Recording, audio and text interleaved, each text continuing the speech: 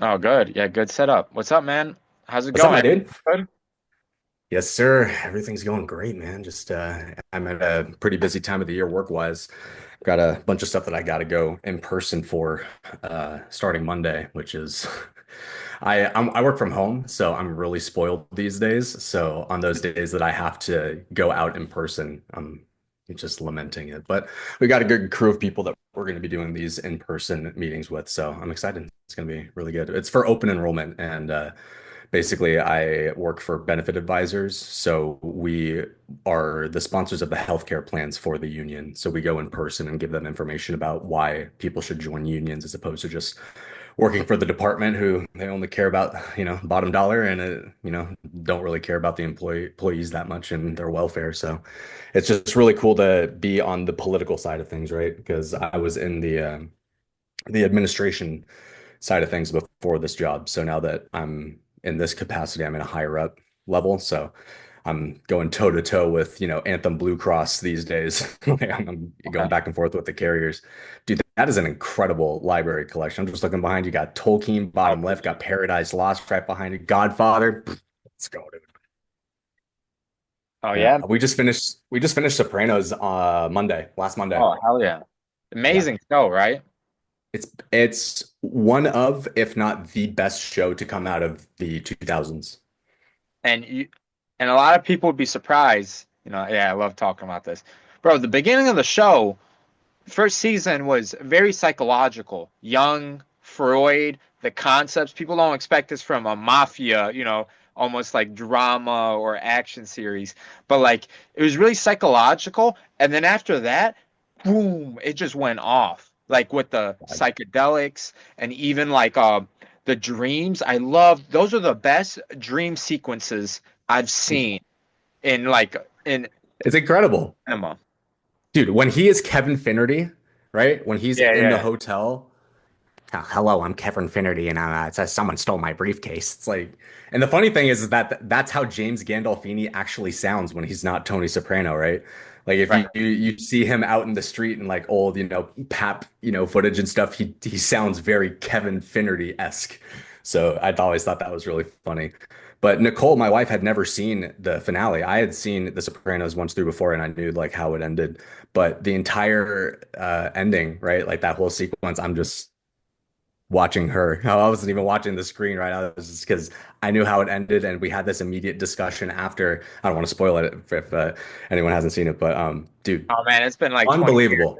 I mean, Hey, I mean, you'd be surprised, right? There are people still cry spoiler these days, even for stuff that's been out for decades. Yeah, I was gonna get to see that.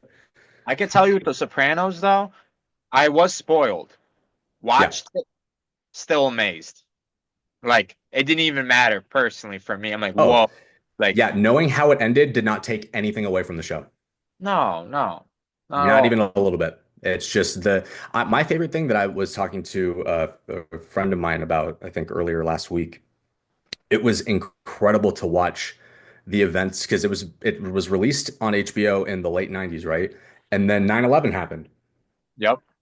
And you get to see how the world is changing from the lens of the freaking Italian American mafia in North Jersey. I just think that that is so unique. And they had the opportunity to have their finger on the pulse, right? Right. And they spoke about it beautifully. One of my favorite episodes, I loved how in the last season they gave us a lot more episodes, right? Because the first few, like first seasons 1 through 5, I think it was like 10 to 13 episodes each. And then in season 6, they went into the 20s. I loved that. That was incredible. That I we were feasting, right? And one of my favorite episodes of that later season is when what's his face? Like all of their names blur together, but one of the, I think Beansy or Shorzy or one of his capos, right, goes to intimidate one of the shop owners and walks in, but realizes that he's in a chain coffee shop.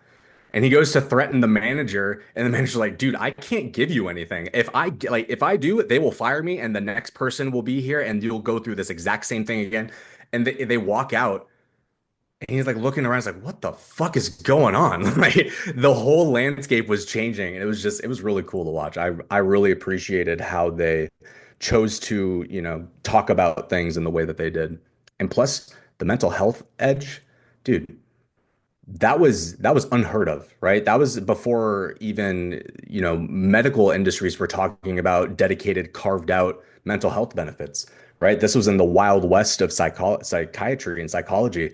So for a mafia don like himself to go into that office and sit down with Jennifer Melfi, one of the most incredible characters of all television, I easily, yeah, 10 out of 10, no nuts. Oh, totally. Totally. And yeah, that is true. The only thing, like, because the scenes with Melfi are some of the best scenes in the show, but I actually know people that are like, this is boring. They actually skip over it. I'm like, Jesus. Like, but like, it is amazing. The only thing I don't like about it is it's just not realistic. Because if a Of real course. mafia boss went to a psychiatrist, you would have been out. You can't talk to people like that. You know what I'm Right. saying? The mafia. But like, what I It's do like, stylized, right? well, my bad. I want to give it credit because there are real gangsters on the show that are actors. They did go interview these guys, get information. Like the show is so accurate, except for Mm. that part. Like that man. No, like I get what you're saying. Like it was true to life in the sense that they Oh, knew exactly what they were portraying, but when it came to that, therapy environment, they had to get it, to get the power punches and the emotional moments to really, peel back the layers of onion that is Tony Soprano, right? right, right. Like absolutely that was perfect. But I just, people watching this right now, like I just want them to know like the show is so accurate to how the mafia actually operates. Like because I went deep into this, like why do they do this or how do they bug things or like what happens and like it is so accurate. Like for example, like, everybody's favorite character, Paulie Walnuts, you know what I'm saying? Or Hey, Tony. why not light up the world? Yeah, he was actually a real gangster from New York. He said on the show, like, because there's interviews with him, man. Like, he said the neighborhood he grew up in, you had to walk outside with a gun. Like, you're a fucking chump. You know what I'm saying? Right. Like, he's a real ass tough guy. When he was doing the show, what I loved about him was, like, this is why he's amazing. He's not an amazing actor. He's not an actor. He's being himself. That's what you see Exactly. Paulie on the show. That dude is a real ass gangster. You know what I'm saying? And he's very optimistic and he's got a great attitude too. That's him. He's not acting, Mm. being himself. But one thing I will say though is Tony Sirico said when he wanted to be on the show, he's like, I want to be like comic relief. I want to be that funny guy, you know what I'm saying? Yeah. Like want to be uplifting and I'm not going to be a rat because that's not me in real life, which I fucking loved. And he wasn't in the show. But like they had like that show, like look into it. Like this is how these mobsters and these guys operate. The only thing Oh, is absolutely. the only thing that sucks is the main part of the show because this is where it gets criticism. Because they're like a real mob boss would not go to a therapist and give out information like that. There's no way. Right. I mean, if we look at it in the way that the show unraveled, right? Why did Tony originally go to see Melfi? Because he passed out at the barbecue, right? Mhm. Because of the panic attacks. And that was the shoehorn that got him to go into that environment, right? It wasn't like the mafia don is sitting with the boys at the bang and is like, I need to go talk to my therapist. Like that wasn't a series of events that unfolded. It was I'm surrounded by family. There's been a public show of weakness, right? I put that in air quotes because that's not weakness, but it could be perceived as such inside that realm, right? Right. But my goodness, to get him into that environment, because I mean, in the first season, you see how aggressive he is, right? And how like sharp his edges are, and how it's about my mother. What? Why I always gotta go back and talk about her? Huh? Like it's whatever happened to the Gary Cooper, the strong silent type. Like I loved that stuff. I mean, I even made a post about it. It's just the way that he presents himself, right? That alpha male, I gotta carry the world on my shoulders. No one's coming to listen to me talk about this stuff. Putting him in a therapist's office was just creatively one of the most incredible things that the showrunners could have done. And I know for a fact because if you look on, HBO, it will show you like the stuff that you might like, the similar shows.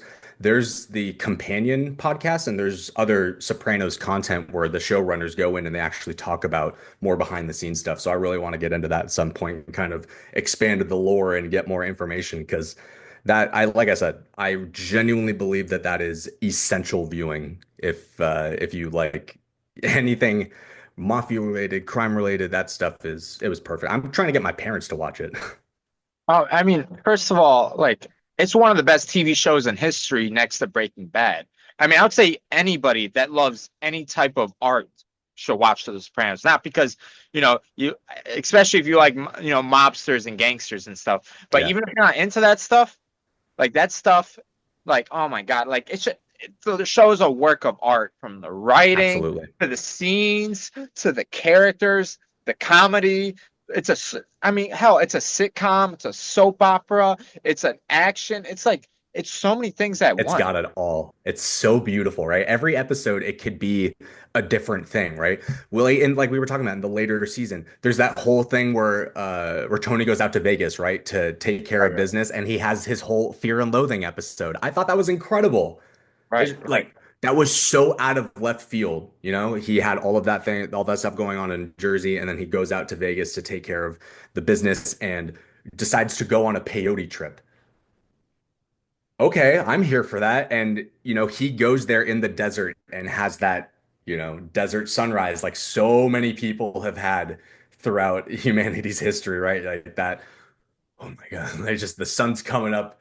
And what does he do? He screams at the top of his lungs. He just releases. And a lot of those moments in the show are presented without extra dialogue and exposition, right? You're just kind of presented these moments and you're left to decide for yourself what he was actually releasing in that moment, right? Because we know what he was there for that trip was for, right? But man, and like you said, Breaking Bad, right? I love that you brought that up. What Vince Gilligan did with Breaking Bad, I will die on this hill. Without Christopher Moltisanti, there is no Jesse Pinkman. Oh yeah, yeah, yeah. I mean, yeah, I didn't even think about that. Yeah, Breaking Bad, yeah, would not exist without The Sopranos. I mean, there's so many Not similarities between Walt and obviously, Tony Soprano and the setting and what's happening. Yeah, totally. I yeah. mean, just it set the precedent for TV, and now, TV doesn't even exist anymore. Streaming, Netflix, other TV, Exactly. It's all for streaming now. right? And obviously, Yeah, I mean, James Gandolfini was such an amazing actor, and he absolutely. like to make that role, just like Bryan Cranston as Walter White. Dude. Absolutely amazing. Unbelievable. It's the chemistry of those two that really, the back and forth, the downward spiral of the hero's journey for Walter White, right? It's just, man, all of these shows are so powerful, and I think that the reason that it sticks with us and the reason that we talk about these shows even decades later after they air is because it's those, yeah, talk about Breaking Bad, right? The series of circumstances that Walter was handed. Hey man, you're a chemistry teacher and you've got cancer. You're a teacher. Your healthcare plan isn't going to cover shit. What are you going to do? You have your medical bills to provide for, you have your bills that you just have to live, and you got to provide for your family's future. What are you going to do? A man is stacked with those three Everests back to back to back. What do you do? And That's it's based on just, a true story. oh, I believe it. Are you kidding? That's the average story, right? These days? The author? No, the author actually saw a news article on that. Oh Some wow. chemistry teacher with cancer got caught driving around California in an RV making meth to make money for his cancer treatment. And he's like, That is incredible. God awful. We live in a dystopia. People get pushed to this. Oh my God, this is a perfect setting for a TV show. Boom. The screenplay wrote or the script for season one wrote itself, right? Oh, it's insane. And then he just took it from there. Yeah, man, it's crazy stuff. And it really speaks to how, like we watch stuff like this and you're like, oh, that would never be me, right? I Yeah, could yeah. never. I would never. I couldn't. Okay, well, be put in that position, right? Right. And that's what stories, myths, TV shows, novels, that's what it's all about. This is why that's so good for your brain because these are just hypotheticals. You put yourself in. What would I do? This is why these stories fascinate us. Absolutely. They're timeless. I love it, right? Because humanity's always been storytellers. Back in the day, before any sort of medium, it was us sitting around a campfire telling stories about the stars above us, right? It's Right. just Right. we've always been lore keepers, all of us, and that's what I consider myself to be. I love to learn things. I love to gather knowledge. Not all of it is necessarily applicable, not necessarily all of it serves me, right? But I think a lot of it kind of adds to the bigger tapestry as to what we're trying to unfold and understand, right? Because I feel like a lot of us, when we start the journey for truth, right, whatever that is, we get it misconstrued in our heads that once we find the answer, it all becomes clear, right? And I've never subscribed to that. I always have really tried to take on that forever student role. I'm so comfortable not being fully informed on something. Like, you know what I mean? If I'm in a room full of people that are way more educated and way smarter than me, I'm gonna keep my mouth shut and listen, right? I want to glean as much information as possible. And along the way, there have been these revelations that have kind of shook me and kind of, woken me up to the way that I've perceived the world to work. But it's very interesting how over time these stories have started, around the fire and have evolved to what we consume now as entertainment and media, right?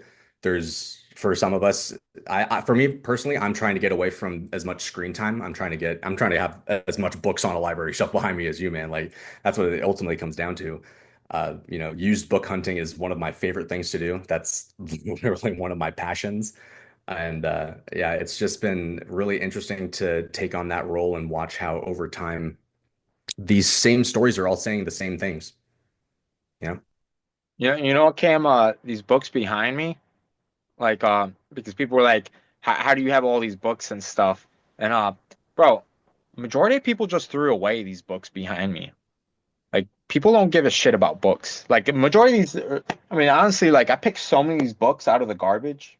I mean, Yeah. I can just point at them, like, which ones I found or whatever, or someone just gave to me. But yeah, have, people don't respect books. No. No, it really is sad, right? I mean, I've really been trying to get into the physical media preservation mode, right? Because the further down Yeah. this digital life that we're being pushed down, right? Hey, you like movies? Cool. Spend X amount of dollars per month to have 10 different streaming services so you can watch all the movies. But guess Yeah, how many movies you actually own? exactly. How much are you paying a month? How many do you own? Exactly. You don't own anything in this world. Everything's Exactly. And it's just, yeah, we're renting and leasing it, right? They're right. giving it all comes down to how you're spending time. And I love that that's how the phrase is said, right? It's how you spend time, implying that you really it's a conscious decision that it will have returns at some point in one form or another. Oh yeah, time is currency. That's why you spend time. That's currency. You're paying for something right there. Yep. And these Man, books too, mm. I think about, bro, these days, like man, you don't you don't need to ban books anymore. You don't need to burn books like they did it in the past. You know why? Because everyone's just throwing them away. Because That they don't care, man. this is what Like, everything behind me is. Just it was someone else's garbage. right. You know what I'm saying? Like, you don't need to burn books anymore, man. People just don't read them. They don't care. Doesn't I matter what mean, book. I'm even kind of sketchy about, Kindles and stuff. I'm even that far gone where it's like, okay, that's awesome that you're reading stuff and that it's convenient and you got it all around, but nothing beats picking up the book, right? Oh no, you should Opening be it, sketched out. I got feeling it. it, Yeah, my bad. smelling it. All of those things. That's so Yeah, it like that all ties into the book reading experience, right? that is a big experience, totally, with books that people are missing out. And another thing, you should be suspicious of Kindle. In 2020, Amazon on Kindle actually banned the book 1984, and it's a very influential book to me. But I'm like, why would you ban that during 2020? Like, come on, like, I'm not stupid here. What's going on? And plus, they could just take it off a digital shelf. You don't trust any of that. Whoa, whoa, whoa, whoa, whoa, whoa, whoa, whoa, whoa. Did you just say that they took it off your digital shelf, meaning that you had it and they took it away? No, actually, I'm trying to find it right now because it's right behind me. Actually, I got a free. Someone threw away this book. This is like I legit found this in the garbage. Yeah. But it's my. I think I have another one too that I found. But like, yeah, in the garbage. But like, Yeah, I realized at the time I heard that happened on Amazon. I'm like, everything I knew about the world beforehand was fucking right when 2020 happened. And I had this book. I'm like, you know what? This is a perfect time to read this because this is what our society has moved to. I don't know if you've read this before, but Oh, this I've is read it. fantastic. Orwell too is an amazing writer. Oh, he's I've one of read, the best. I've read a little bit of other things. I just really enjoy his writing. It just H.G. flows. Wells and Orson Welles are two of my favorites from the 20th century, This hands is down and back. this is what we really live in this bullshit. After reading this, Mhm. I'm like, this is how the world works. Like this is just what it is. He predicted the future with this. Yeah, and have fun trying to explain to people that we live in the Big Brother surveillance state, and people like Edward Snowden were desperately trying to warn us. And what happened to them? What happens to anyone that tries to wake anyone up and bring any sort of awareness, right? Just shut it down. Yeah, see, another thing too, Cam, like I wanted to get this podcast up as soon as possible. I'm experimenting with other sites because like Zoom, for example, right now, like I mean I just Mhm. had Halls doing this right now, but like it's this isn't encrypted. Like this is not there's nothing private about this call right now. I'm trying to find other ways to talk to people because there's no privacy in this world. I just did this right away and we're not saying anything bad. First Amendment, free Right. speech, everything right now. But like yeah, I really don't like doing this. The thing is it saves a lot of data when you record it because I was gonna send Oh, you I a bet. FaceTime link because FaceTime is actually, from what I know, is encrypted. That's complete E- private. Apple, End to end, right?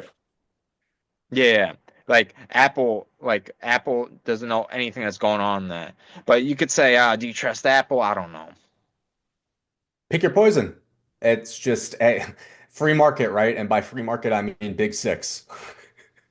Right. Yeah, seriously. Pick one of your favorites. I love backing my corporate sponsorships that'll run my life to cradle to grave, right? Apple is doing that marketing though. They know people want privacy like me. They know they don't want people watching your shit. So I don't know if because I actually read the terms and conditions like a weirdo, but I actually I actually read through that and Absolutely. you could tell reading through that they're trying to gain people like, hey, we trust you. You're the type of person because if it says we share your data, because it usually gives you that option. One Do you share person. their data? Yeah. Yeah, someone else isn't going on another platform. So you're actually losing business in this time period right now. So Right. like these companies are forced to be encrypted, which I like because we control the products. They give it to us, but we control it because if we don't buy it, they make no money, no business. Right. Like, oh, like people don't realize this with these big ass companies. We have a lot more control than you think. Yeah, it's the power of the dollar, right? I mean, we are forced to consume. Some of us have, taken it upon ourselves to abscond from any sort of ownership or any sort of, I'm not going to own anything. I'm not going to buy. I'm not going to participate in this bullshit system. And more power to you. But for a lot of us that live and breathe and operate in this, fun circus fun house that we are living in right now, right? There's just it's part of that thing that you just have to deal with. Right. And I totally respect how, moving forward, it would be the move to look for encryption and stuff. But I remember reading this guy's testimony who worked in cybersecurity, and he said something along the lines that to be perfectly safe in this era of the digital world, you got to live like it's 1980. You got to live like, you no cell phone, barely even a landline, no Wi-Fi in your house. I mean, not to sound, too schizophrenic, but there's so many things that already exist and are already in our household that if for whatever reason they wanted to do X, Y, Z, there would be means, right? It's just I feel like people are waiting for the boogeyman to come, and it's just the boogeyman's not coming. He's already here, and it's just waiting for it's a sleeper cell. It's just waiting to be, Mm. activated, right? So I mean, I have a Faraday bag, right? I've thought about I've looked into this thing called off-grid internet, and it looked like a really cool sort of like preservation kind of like digital download of like a Wikipedia type thing. It's got all these different resources and all these different data collections that have all been preserved into this external hard drive type thing that you can preserve in a Faraday bag so you could have internet if whatever were to happen, right? If like the grid were to go down or the internet gets shut down or whatever, right? As a way to preserve knowledge.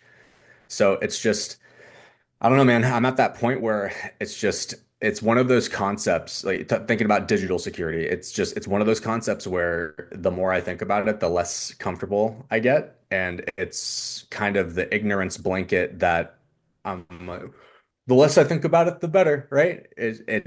I mean, I'm fully and willingly admitting ignorance and just kind of ignoring the glaringly obvious things, right? Because I mean, if we want to talk about security, right? Look at that bullshit narrative that they're trying to spin about that journalist that was added to that Signal chat. Did you see that shit? Hmm. Dude, there was a reporter from The Atlantic, and this is how the story's being spun, that supposedly got added to a Signal chat. You know that app Signal? Yeah, I use it. I know Yeah, about it. he got added to a group chat in that app that was supposedly a bunch of higher ups in the Trump administration talking about their plans for war moves that they were going to be making. Yeah. Wow. So, You signal for that? Hilarious. bro, it's apparently it's even funnier because the journalist, being, the trigger happy dude that he was, he immediately jumps on the story, blows the whistle, brings all of this attention to it. And then it's kind of been like, hey man, you know that the Biden administration was using Signal for way more sketchy stuff than this, and it's just kind of been standard operating procedure. So it's kind of like I look at this whole thing as kind of like the Trump honeypot. They kind of put this, hey, feed them a Signal story, like add this guy to a group chat and see what they say, right? And blows up, and then it kind of reveals this, hey man, there's just been this gap in security that's been a thing for a while now. Hmm. But I don't know, man. It's all once you realize that politics is just WWE, right? You pick your favorite, you pick Right. your favorite wrestler, their favorite makeup. Like it's right wing, left wing, fucking same bird dipshit. I don't want to hear it. Like as soon as someone opens their mouth and starts saying the right this, the left this, you know where their head's at, and you don't even need to say anything else. It's like, okay, well, have fun with that. Like I'm not gonna try to explain to you that you're in a mental prison. You have the keys, but you don't even want to get out because you won't even acknowledge that there's one there, right? Right. So the real change is getting involved locally, right? Building your community, talking to your neighbors, being as loving and kind and generous to everyone that you see as possible. That's where the real stuff happens, right? Because you turn on the news, you turn on social media, and it's the fear mongering 24/7. Just be scared, be nervous, be worried, whatever. Go outside and talk to your neighbor, man. Life's pretty beautiful, and you don't really need to be that scared. I came to let you know right now because Zoom only lets us do 40 minutes. So 5 more minutes, I think this call is gonna cut out. Okay. Just let you know. Well, Yeah, I if know you this ran is on your into lunch break. This is why I did Zoom because, it's got the 40 minutes. It's easy to record, but like I want to find better ways. I didn't realize this would be the topic of the conversation, but I do like it a lot. I want something better than Zoom. I want something encrypted. I want some privacy. And it's hilarious because like I'm using this to put this on YouTube. So it's kind of like, you know what I'm saying? I just want the peace of mind. I'm safe Right. right here. I can make the decision. I'm not going to upload it or I'm going to delete it Right.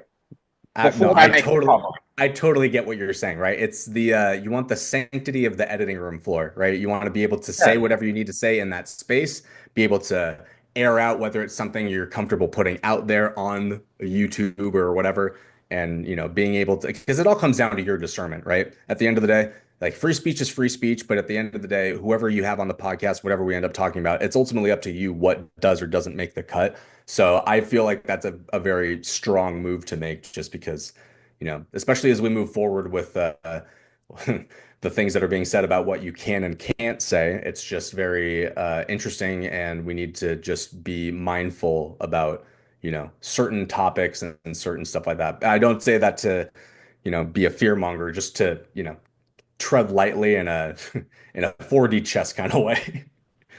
Yeah. And like, man, free speech could be a whole different, I mean, that could be a whole podcast right there. What that really entails, what Absolutely. that really means.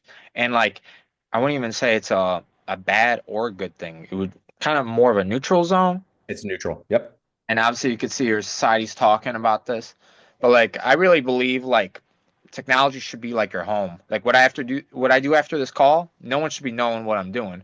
And why would you know? But if I want to make it public, Like let's say if I did it after this, I edited some YouTube videos, or I want to go paint or draw or something, and then when I want to show that to the world, I'm ready. That's how technology should work. That's how human beings work. Exactly. Exactly. There should be that, creative safe space to where we could express, create, do whatever we need to do to, transmute whatever we're feeling in the moment, and then from there be able to be like, is this something that we should put out, or is this something that stays in-house, right? That is ultimately what free speech, I believe, is, Yeah. right? It's being able to hear all points, all sides, discern what is and isn't worth it, right? And then make your move from there. Because free speech to one person is hate speech to another, and vice versa. And it's all very subjective. So to try to argue a concrete what is and isn't free speech, it's amorphous, it's smoke, right? It's all situational. There's no way to clearly define what it is. It's someone in the moment speaking their authentic mind, however hateful, bigoted, ignorant, whatever it is, right? It could be any and all of the things. And see, this could go into so many tangents into other podcasts, but I'll definitely say in the future, Cam, we should definitely do another one longer. I'm gonna find better technology to do this. Dude, This is the I'm only so way to down. get better at this stuff, right? You just Hey, do, you practice yeah, it. absolutely. Only up from here, man. Like we work out the kinks with this stuff, and hey, like watch next time we do a podcast episode, it's gonna be end-to-end encryption. You're gonna have the auto translation. You'll be like editing that stuff, be churning it out within a day or two. You're gonna be a lean, mean podcasting machine, my man. Right. Like right now, I mean, I don't even know what I got, but since this is a recording, this will go on YouTube right after this. Oh, nice. Yeah, I'm uploading it right away. Hell yeah, dude. I'm sorry, but like I saw the note, I noticed The Godfather, The Paradise Lost, and then the bottom left-hand corner to your right is all the Tolkien. Bro, I've literally got a stack of Tolkien stuff just Oh sitting yeah. right here next to my desk.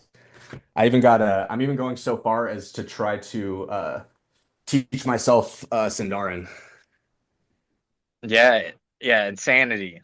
Just I mean, yo, if you really want to have another podcast talk, The Lord of the Rings is a documentary, but that's a discussion for another time.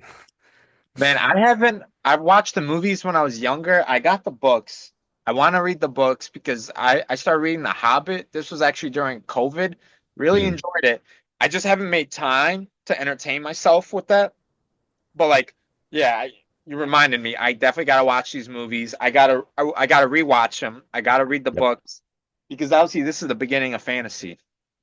Dude, Um, literally the once you look at Tolkien as what he was doing was bridging the mythological gap from what was missing in his culture.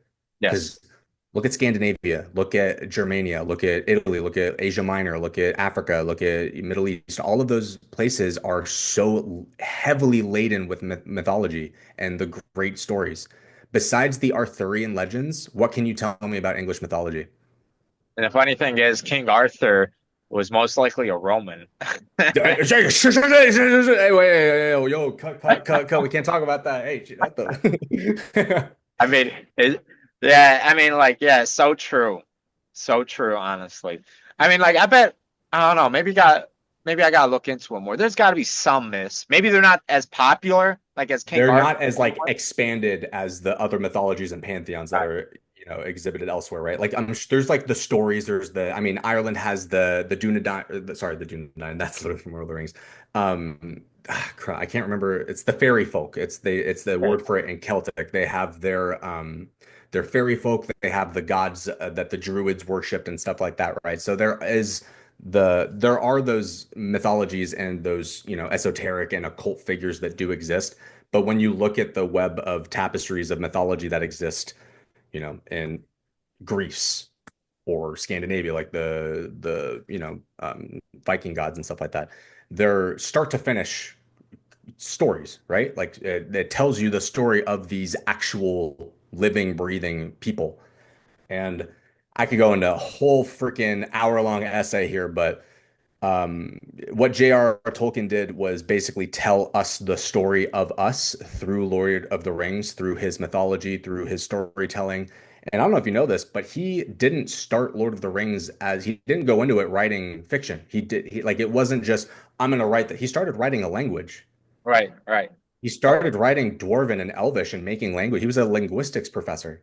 So everything that he did was based off of linguistics, and he built an entire freaking universe around it. And by freaking universe, I mean our universe and our story. Because I mean, talking about like the Valinor and the elves and the island that exists that, the elves had immortality on, it's all complete one-to-one symbology with the Garden of Eden. And yeah, I love how you're going down this route.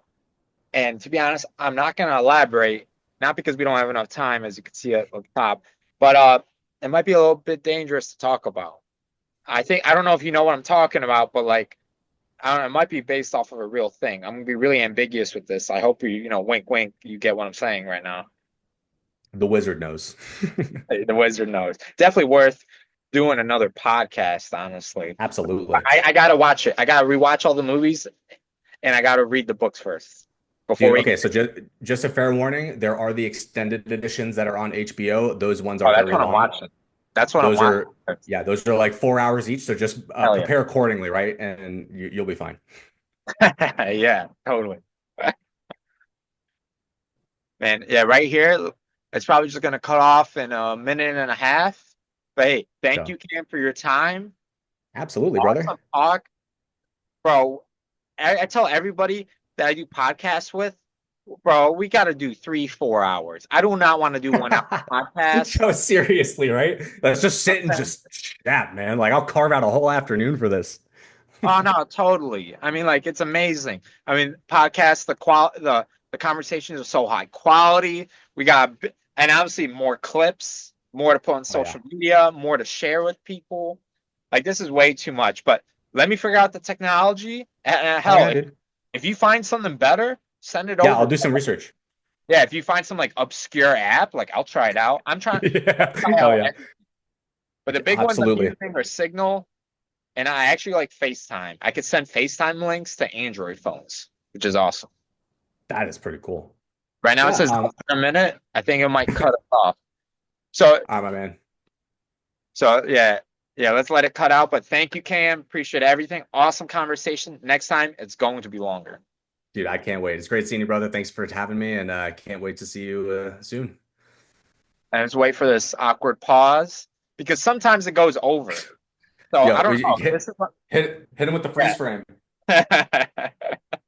Like so I want to see. I don't know. Zoom's weird. So I like wasting the time because sometimes it lets me keep on talking. And Bro, I if it's it knows that this conversation is so fire, it's like, yo, let them cook. Like, just like, yeah, on the other side, like I'm it's enjoying like, this. yo, I'm gonna allow this. Like, let them go.